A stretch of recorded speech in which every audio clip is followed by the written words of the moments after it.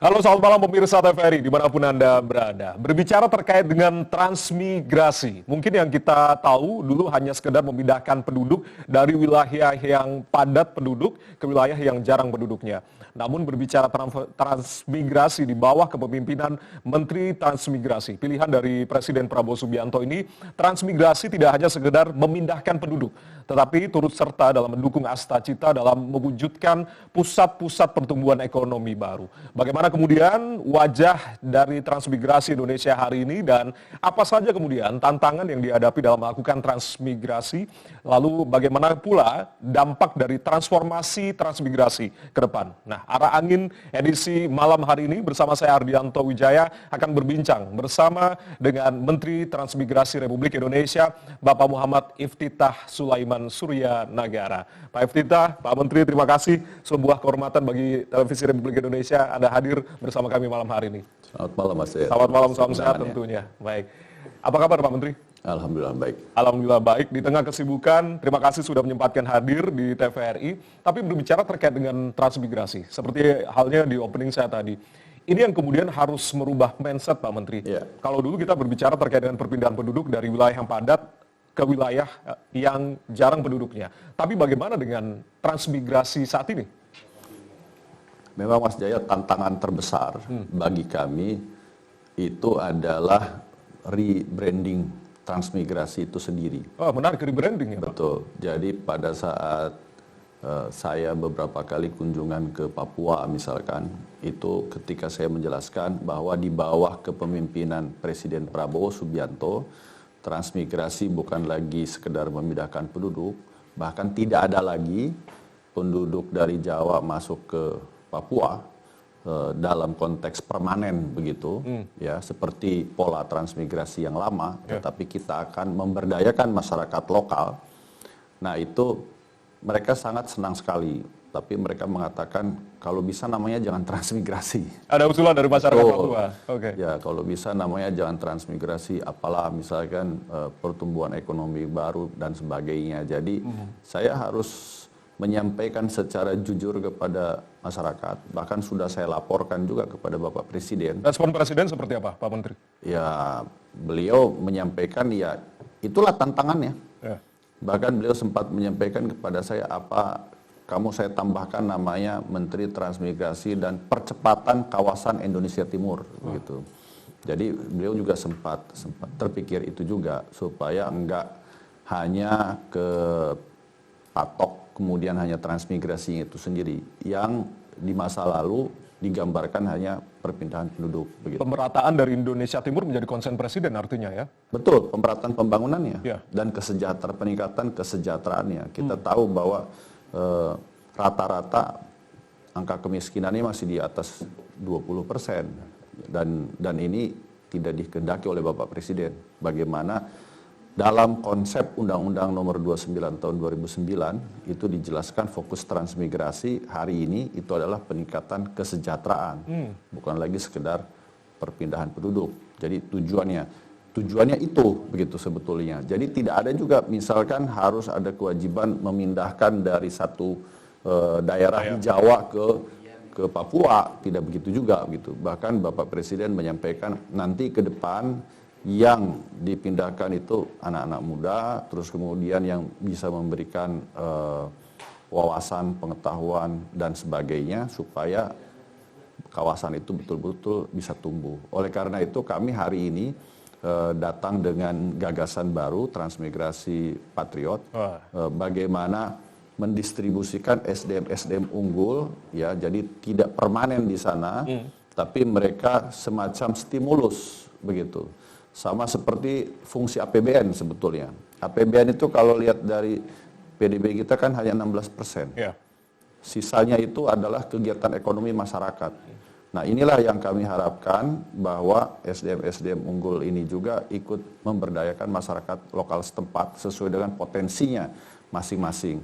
Nah kami mendapatkan beberapa feedback yang cukup positif dari beberapa tokoh masyarakat Papua, seperti saya ditelepon ada tokoh dari Merauke, Pak John Gibse itu, telepon saya menyampaikan, Pak inilah yang selama ini kami tunggu. Apa itu hadirnya guru besar, hadirnya anak-anak muda yang ikut memberdayakan masyarakat Papua agar tumbuh berkembang sesuai dengan potensi yang dimiliki oleh Papua sendiri. SDM unggul ini yang betul ditekankan betul Pak Menteri. Jadi kalau ditanya apa bedanya transmigrasi hari ini adalah pembangunan kawasan ekonomi baru yang berbasiskan sains dan teknologi. Gitu. Nah, di belakang Anda terdapat sebuah foto Pak Prabowo, negara membutuhkan Anda, bergabunglah menjadi transmigran patriot. Ini yang kemudian juga ditekankan. Apa yang menjadi pesan Presiden khususnya untuk program yang saat mulia ini? Jadi Mas Jaya, hari ini kita masuk dalam bonus demografi.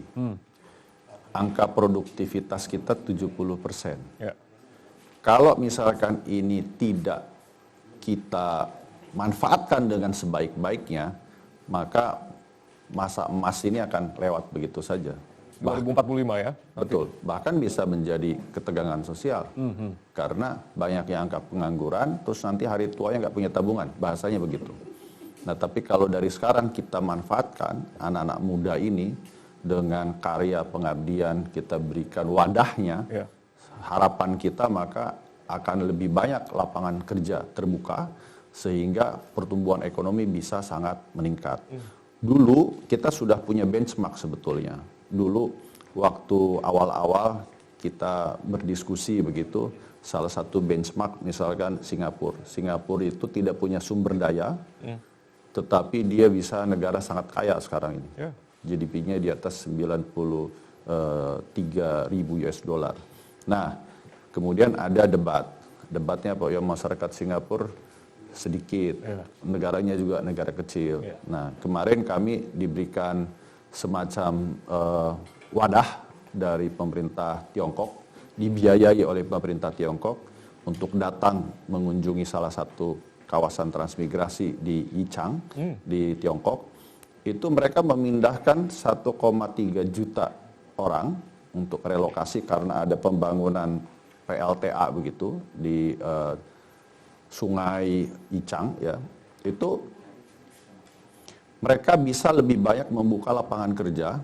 Bahkan hari ini kemiskinan di Tiongkok itu hampir zero. Bayangkan penduduknya 1,4 miliar penduduk.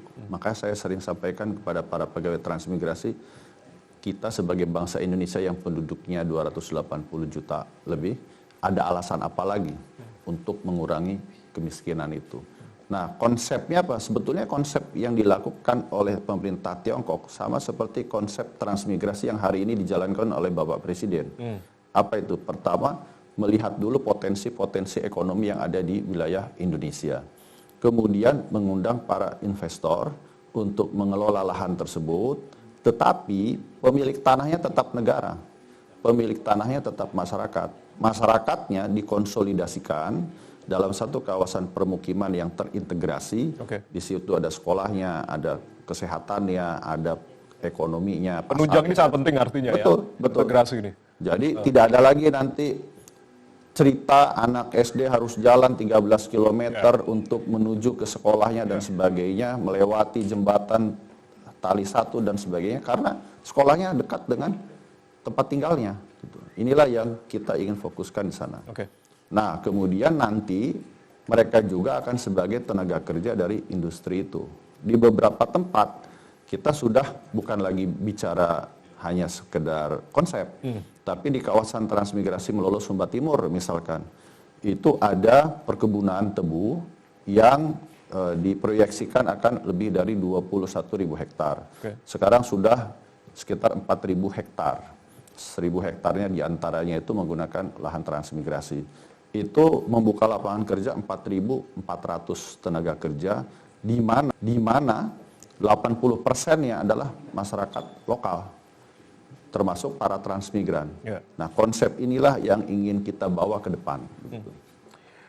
Konsep yang matang ini tentunya dalam pengaplikasiannya nanti kita lihat seperti apa di lapangan. Tapi apa yang kemudian menjadi tantangan, yang kemudian mungkin Pak Menteri sudah petakan beberapa hal itu, apa yang kemudian menjadi tantangan nantinya ke depan, Pak Menteri? Tantangan terutama sekali lagi tentu adalah tadi cara pandang masyarakat, ya kan, yang masih a priori begitu apa ini transmigrasi dan sebagainya. Tapi itu saya sampaikan mungkin seiring waktu juga nanti akan terubah.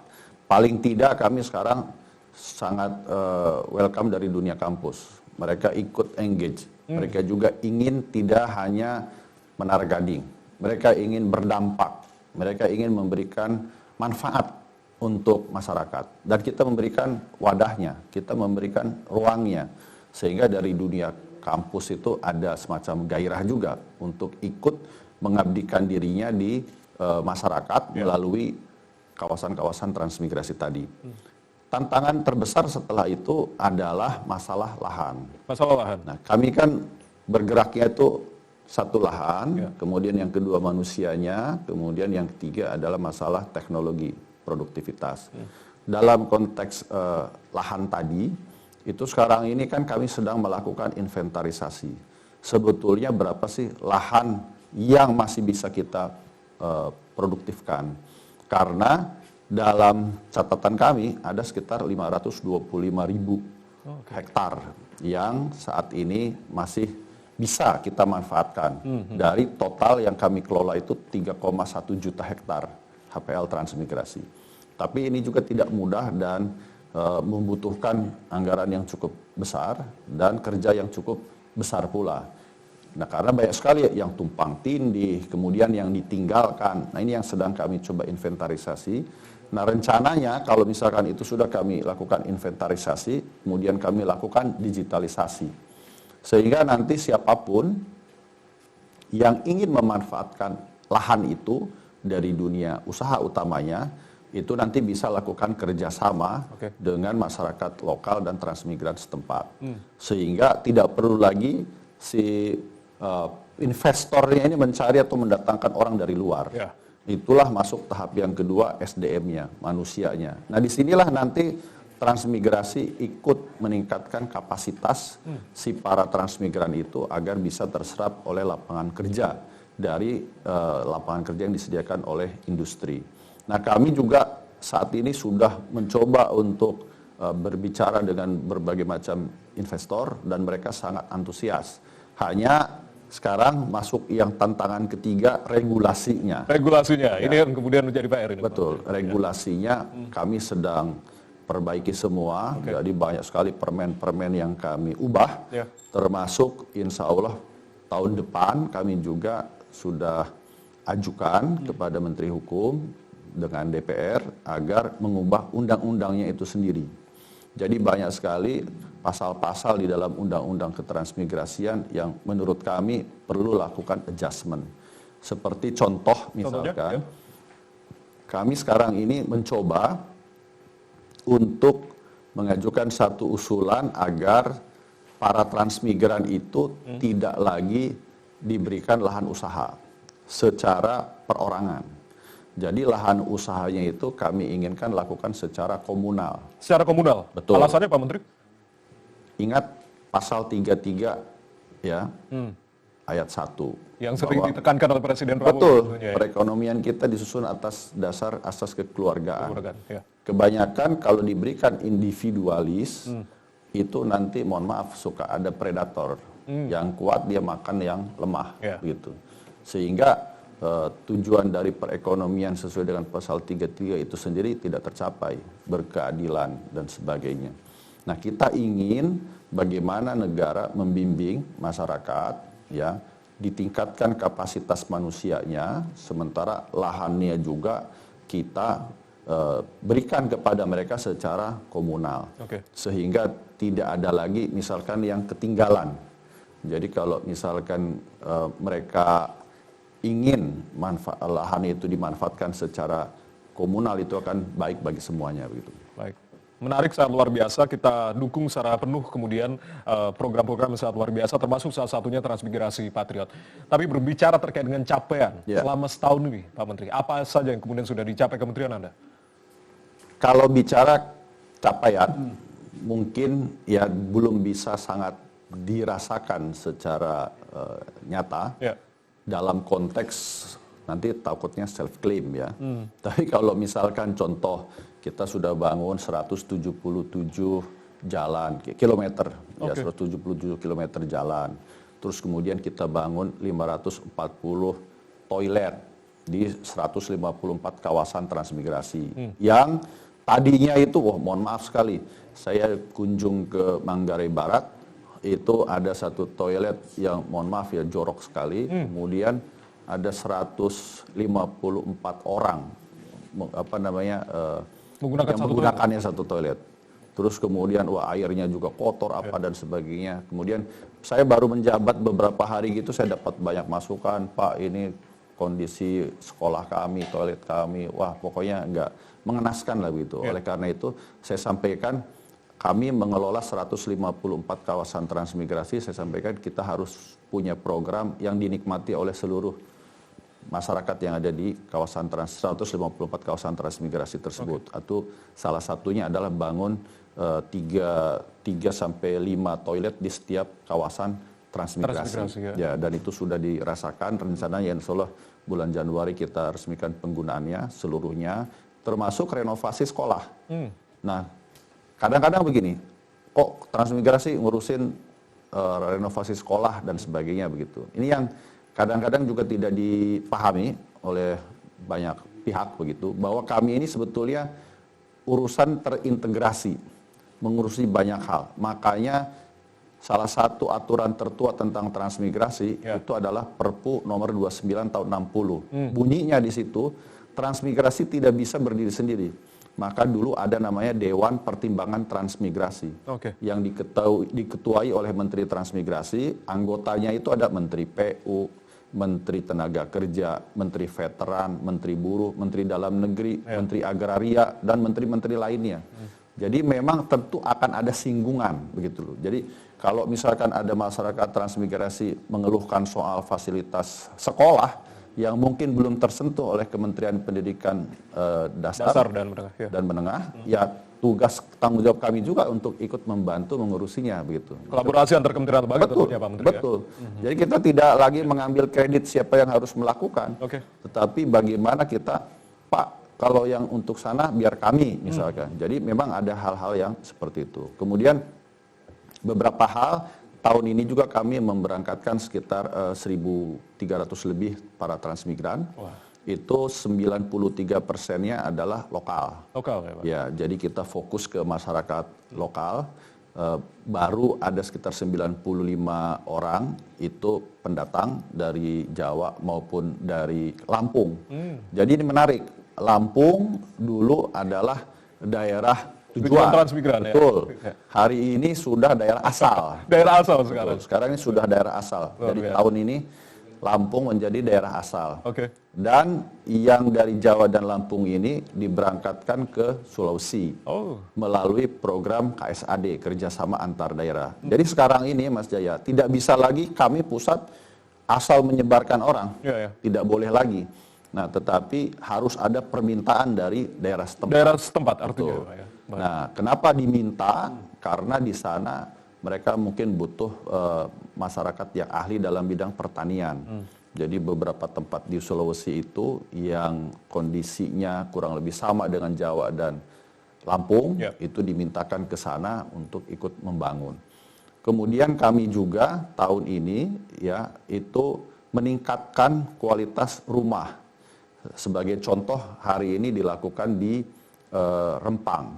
Itu yang biasanya 36, hari ini sekarang tipenya 45. Jadi kalau dulu itu satu rumah itu kamarnya cuma satu. Nah, secara psikologi itu kan tidak baik lah begitu. Nah, inilah kami di Rempang, rumahnya itu satu rumah, kamarnya 2. Tipe 45 tadi ya? Tipe 45. Nah, saya sudah perintahkan mulai tahun depan di seluruh wilayah Indonesia wajib tipe 45. Nah, di Rempang ini itu juga salah satu kawasan transmigrasi yang betul-betul gotong royong. Kenapa begitu? Karena lahannya disiapkan oleh ATR BPN, termasuk sampai dengan sertifikatnya hak milik. Kemudian PU melakukan pematangan lahan. Kemudian BP Batam membangun 300 rumah, kami membangun 200 rumah.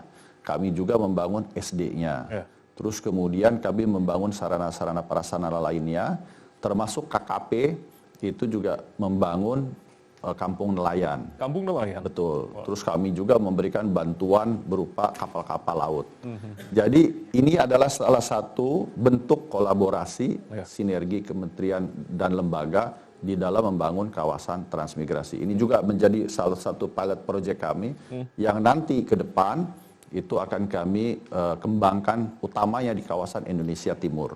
Kemudian kami juga dalam 1 tahun ini itu memberangkatkan ekspor komoditas yang berasal dari kawasan transmigrasi. Apa saja Pak contohnya untuk Seperti ekspor ini? contoh ikan tuna dari Morotai ke Jepang, kemudian coklat dari Polewali Mandar itu juga ke Yokohama, kemudian juga kopi itu ke Amerika dan sebagainya, kopi dari Toraja maupun dari Gayo. Nah itulah yang nanti ke depan akan kami kembangkan.